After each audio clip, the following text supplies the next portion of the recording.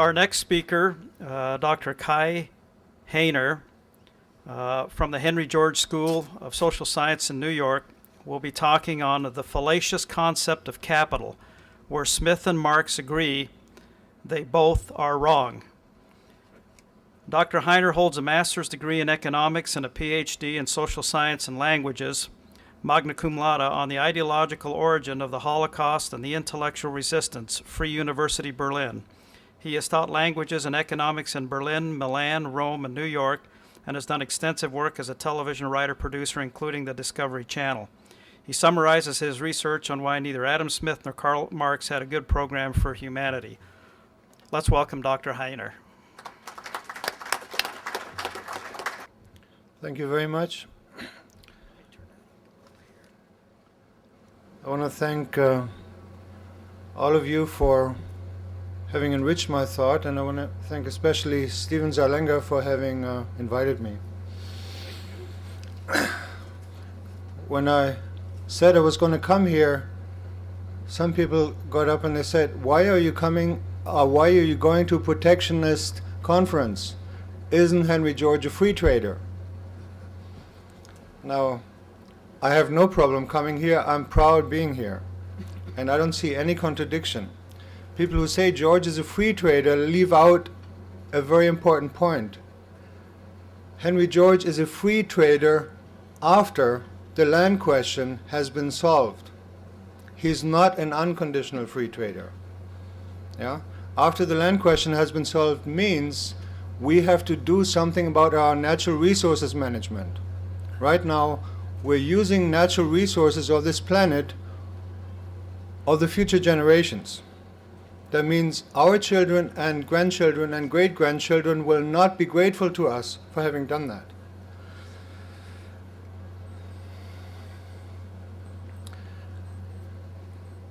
Economics has been called a dismal science, and one reason why that is correct is because we are being asked to suspend common sense. And one of the people who re-established common sense in economics was Henry George. And one reason why I'm especially happy and proud to be here at this conference is because usually when I go to economics conferences, I'm just like this. And I feel like, am I the only guy who sees what's wrong? And here it is. We may have differences in certain minutiae, but we are on the same page. Before I talk about Adam Smith and Karl Marx, I just want to say one more thing about Henry George. What distinguishes George from all the rest of the economists, and I'm saying this, I came to George late. I was 35 years old. I had received my master's in economics on David Hume's influence on Adam Smith. I'd studied extensively Keynes, Galbraith, Karl Marx, and the classical economists. So when I came to George, I had gone through all his predecessors. And one thing that distinguishes Henry George is that he establishes a relation between the environment and economics for profit that is benign. All the other economists are saying either you have a for-profit economics, and that means you have to ravage the environment. You have to destroy the environment. Either you make money, you make big bucks, and you destroy the environment, or you have a nice, happy environment with the birds and the bees and the unpolluted nature, but then we're all poor. And that is one of the most blatant lies and fallacies there are. And George set that record right. We have been running a course at the Henry George School. We've been reviving and rewriting. I have been rewriting a course on the Henry George School on the history of economic thought. We've been running it 3 terms, and it starts really with the inquiry, whom of the great economists have not done their homework? Because given the world situation the way it is, given the national economies the way they are, given the dismal state of economics and the economies, somebody must not have done their homework. And it was interesting researching for the course. I came really to a very strange conclusion. The conclusion was none of them have done their homework.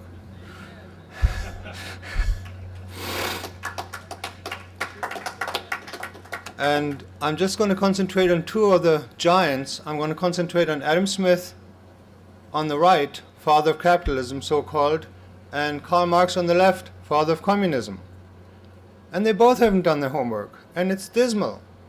And one of the side effects of the course was that I found out how the Cold War could have been avoided. Namely, if we had gotten economic principles right in the first place, we would not have had a Cold War. This idea that labor and capital are antagonistic and they cannot cooperate is simply nonsense. And we're going to look at Karl Marx, how he came from Adam Smith, but we also have to look a little bit at how Karl Marx came from Hegel. And unfortunately, he didn't understand Hegel well. Karl Marx took Hegel's dialectics and he took the law of contradictions that Hegel uses in history, in the realm of the spirit. He takes that, puts it into economics, and then he comes up with his irreconcilable contradictions. Thesis, capital, antithesis, labor. Synthesis, communism. This is, you could cry over this. You could really cry over this. Hegel would turn in his grave.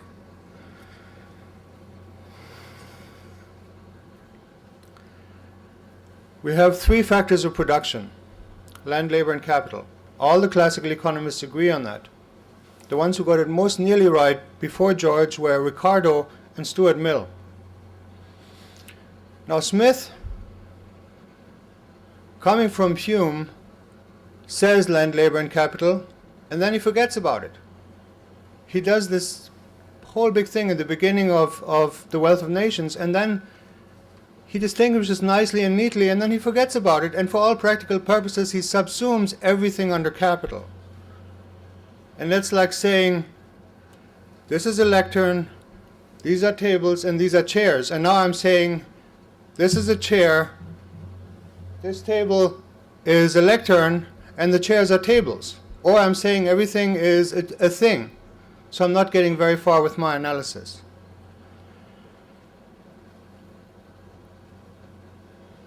And it's not just words, it's not just hot air, it's not just something for professors, it's not just hair splitting.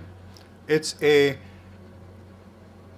misunderstanding that very gravely affected our reality in not distinguishing properly between land and wealth and capital, things man-made and things not man-made. This really created the excuse to rape our planet. It gave the theory.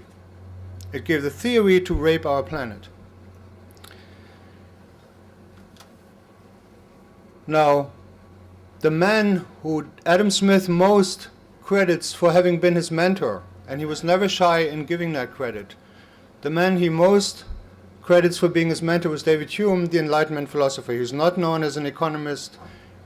He has written a slim volume of economic essays, and I recommend them to your reading. They're still readable.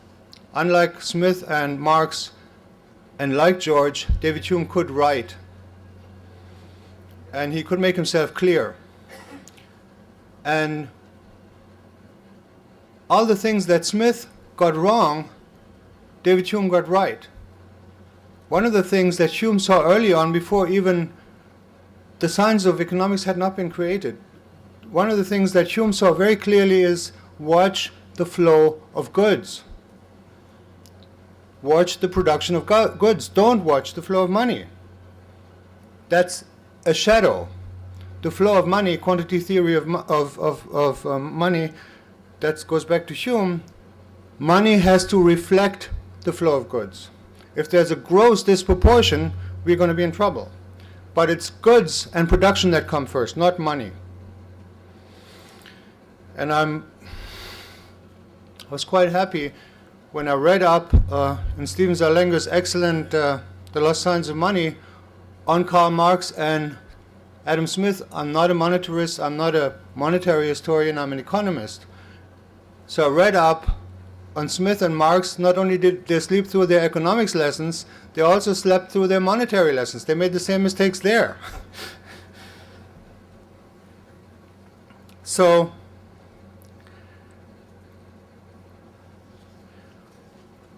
Smith does not have an excuse. It's not like you can say, okay, his mentor got it wrong and he got it right.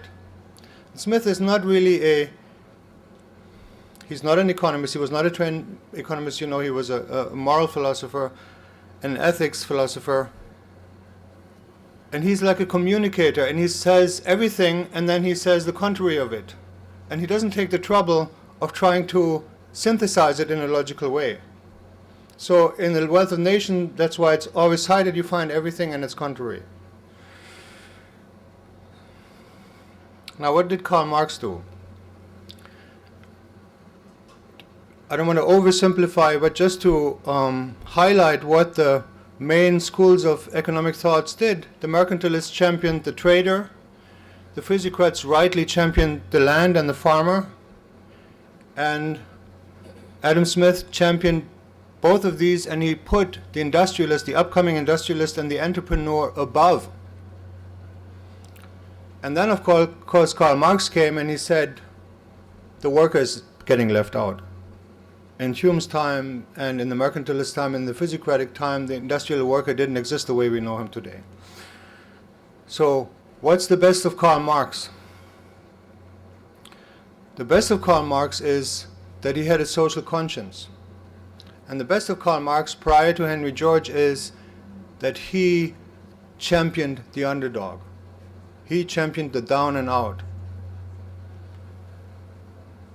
And his quest for social justice puts him on a moral high ground far above and beyond pretty much everybody else in economic science except George. Everybody else just was worrying about how to make the rich richer.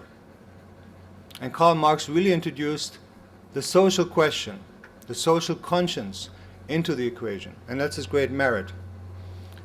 After having addressed this important issue, of course, he did not give the right answer. And what he did was simply the following.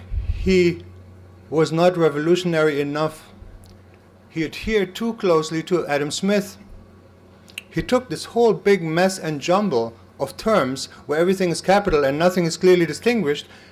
He took that and stood it on its head and said, okay, now we have this mess for the worker. Before we had this mess for the capitalist. And it didn't really work for the capitalist, as J.W. Smith has pointed out. Nobody really got rich on Smith's Wealth of Nations. It didn't work for the capitalist, this theory, and now it's not working for the worker either. 1989, the Iron Curtain came down with a crash. I was in Berlin at the time. I saw the wall coming down with my two eyes. And people say, oh, the Georgists are old, there are no newcomers in Georgism, and we're going to die out, and then nothing's happening. I don't think so. I think we in our lifetime, I'm 50, I don't think it's going to take 10 years. We're going to see this system we're in come down with a big crash. We've seen New Orleans, we have seen one of the most arrogant presidents in the United States, America history.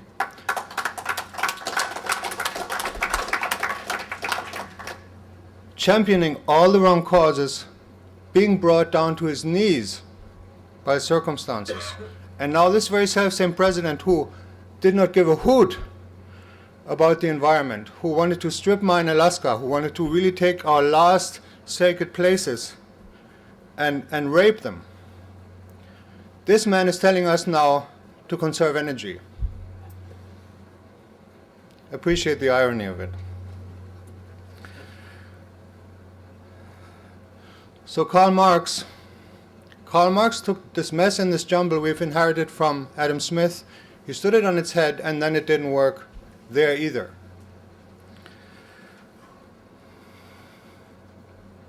And if you really look at the Soviet system, after having said that his great merit is that he championed the underdog and that he had an unflinching quest for social justice. After having said that, what he simply reintroduced, or what his followers, Lenin and Stalin, reintroduced, was a command economy. The big guy on top would say how things were being done. And it's absolutely ludicrous and ridiculous to say in Moscow what toothbrushes are going to be bought in Siberia 5 years hence. That's a no-brainer. People die, people move away, people don't brush their teeth. It just doesn't work. And again, we have George, who did something, like I'm blowing my own horn. I'm the director of the Henry George School, so it looks like, why is he talking so much about George? It's the other way around. I'm proud to be the director of the Henry George School because I tried everything else and it didn't work. Yeah? So what Henry George did, Henry George is not only the father of environmental economics, he's not only the man who marries ecology and economics in a sound way. Henry George discovered, you could call it the economic subconscious. Like Freud discovered the subconscious, Henry George discovered the economic subconscious. So it's not, Marx said he's the last ditch of capitalism. He's not the last ditch of capitalism. It's not laissez-faire what he does, and it's not this thing of Adam Smith that everything works out through the invisible hand. That's not Henry George at all. Henry George has severe issues with Smith. You can read that up. Henry George just says there are certain processes in economics that work automatically, that are better left alone. Certain, not all of them. To feed a great city, to build a great ship, to build a plane, things organize themselves with competition, with true competition, not with corporate welfare, not with monopoly. They organize themselves in the best way possible. Like when you sleep, he uses that example, when you sleep, your body does all the right things. You don't have to worry about your circulation. You don't have to worry about breathing while you sleep. It happens automatically. It's not the same thing as Adam Smith at all. Now, why is George not the last ditch of capitalism? People say, oh, George doesn't have minimum wages. George is this free trader. George is really, he's paying lip service to the labor movement, but he's really on the side of the capitalist. Henry George does have a concept of minimum wages which is determined by subsistence. You have to have every worker in this world get a minimum wage above subsistence because it's a no-brainer again.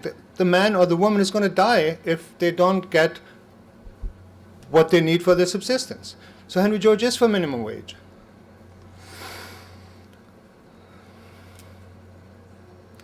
Now, after having said that, there are a number of areas in the George's system that are better left alone. There are things which he calls natural monopolies. Natural monopolies in his days were railroads.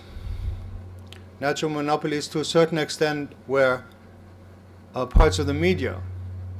Natural monopoly, of course, are the management of natural resources, and in following Zarlanger and J.W. Smith, natural monopolies are money and natural monopolies are technology. What he says about patents very clearly points in the direction of the research of Dr. Smith. Now, what's wrong with George, when you look at it closely, you find out it's slander. He's being slandered. There's nothing wrong with George. And the reason why of all the great system builders and of all the great economists he's still with us is because he really has adequately seized reality. And he's not totally original. You find that in David Ricardo, you find that in Stuart Mill. Forget Marx and Smith, they are not economists, whatever their merits are, forget them.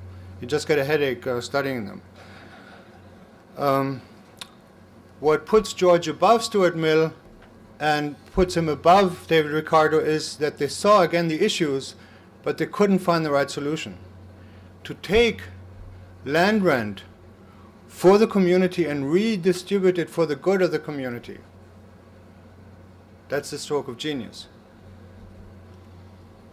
As Dan Sullivan said yesterday, they're renting back our land to us and they're lending us our money.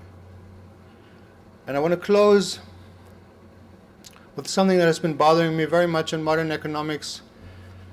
The utility school and the microeconomists and really the 90% of the modern economists, what they are doing is they're taking the labor theory of value out of economics. You know what that means? That means they're stealing all of our fruits of our labor. They are deceiving us royally. No matter how the cookie crumbles, no matter how you analyze the situation, if you have an economic situation, somewhere down the line, somebody's got to work for it. And those people who work for it, they are entitled to the full fruit of their labor.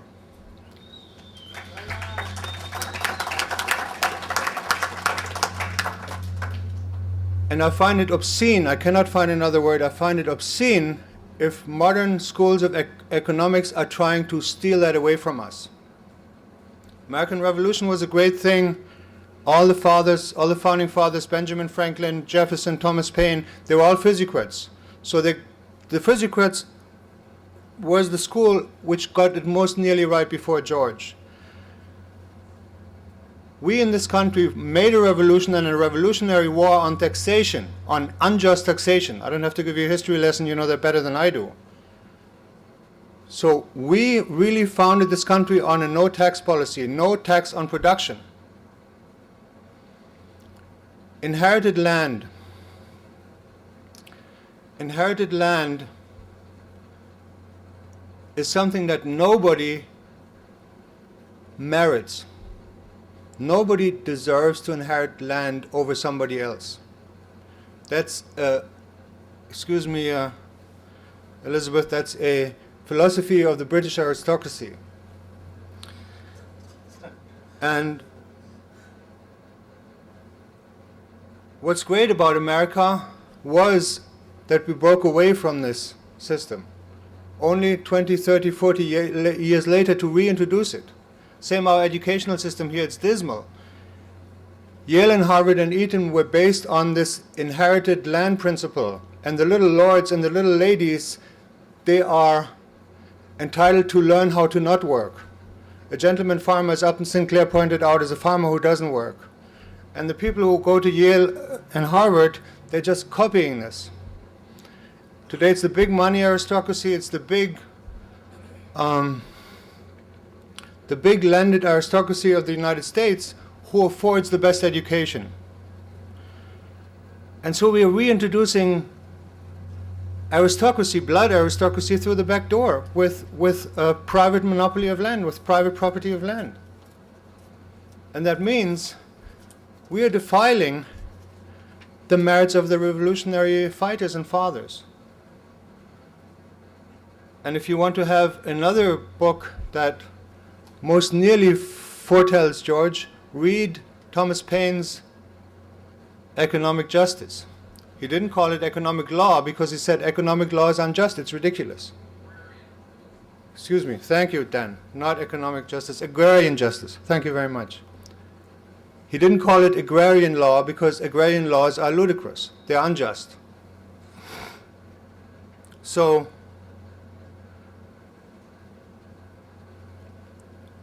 if we can just remember and retake the ground that the founding fathers once had, we would have a just society, and that would be a good start. Thank you very much.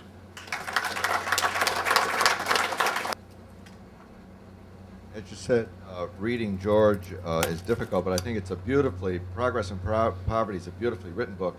I don't know if I'm extending George, misunderstanding George, or what, but it seems to me that what he was talking about was taxing unearned income. Is that a misunderstanding, or it seems to me if we did that, we would accomplish what is now being talked about as a land rent? That's where he's aiming at. That's what he's aiming for. He's aiming for taxing the unearned income. If you find Henry George troublesome to read, try to read Karl Marx in the original. Thanks for a great talk. I really appreciate it. just a quick taxation point and a response. When they changed the alternative minimum tax in this country, they excluded capital gains from being included in the alternative minimum tax, so you can literally sit by the pool and never pay that alternative minimum tax, which was intended for the rich and now falls to the middle class. Your comment? Thank you for capital gains for that question. That's one thing I left out. If all of us would have our Aunt Sally pass away and we would inherit 5 blocks on Fifth Avenue in Manhattan, what would happen? We would all go to the Bahamas and sip martinis for the rest of our lives because you don't have to work anymore. Yeah? This conception of using, this whole confusion, capital is not money, capital and wealth are distinguished and so on. You have to get your terms straight, otherwise you get into a mess. You get into another Cold War. Money is there to guide and organize trade. Money and finance is not there to engender more money and finance for those who already have too much of it. Yeah? So this old distinction between productive capital and financial capital is quite valid. And if you want to have a textbook example of this, study Enron. These Enron guys, they got caught in their own Ponzi scheme. There was practically no production. There was no wealth being produced at Enron. There was the energy being produced at Enron was minuscule in comparison to this big bubble of finance. And I couldn't agree more with Steve Zarlenga. In this case, Zarlenga is not just a Georgist. We have to reform our monetary system. I do not see that the Georgists and you are on a different page. Not at all. If we don't get a handle on this, if we just have money to produce more money, and we don't have money just guiding real capital and guiding the productive processes in a meaningful way that it doesn't kill the environment, then we're all dead. And the irony is, of course, that those people who are fouling up the environment, as a radio producer, I once had an interview with a wonderful man, naturalist and wildlife expert, Leonard Leroux, kind of latter-day leather-stocking, last of the Mohicans. He had a wonderful understanding of nature. He studied all his life. He was 80 when I interviewed him, and he'd studied nature all his life. And he said, man is the only creature that befouls his own nest. So if we don't get a handle on this, we're all dead. And the people who are doing the befouling, their children and grandchildren, they're going to breathe the foul air. They're going to die as well as we. Yeah? So they're shooting not just us in the foot, they're shooting themselves in the foot. And we've got to help them not to do that anymore.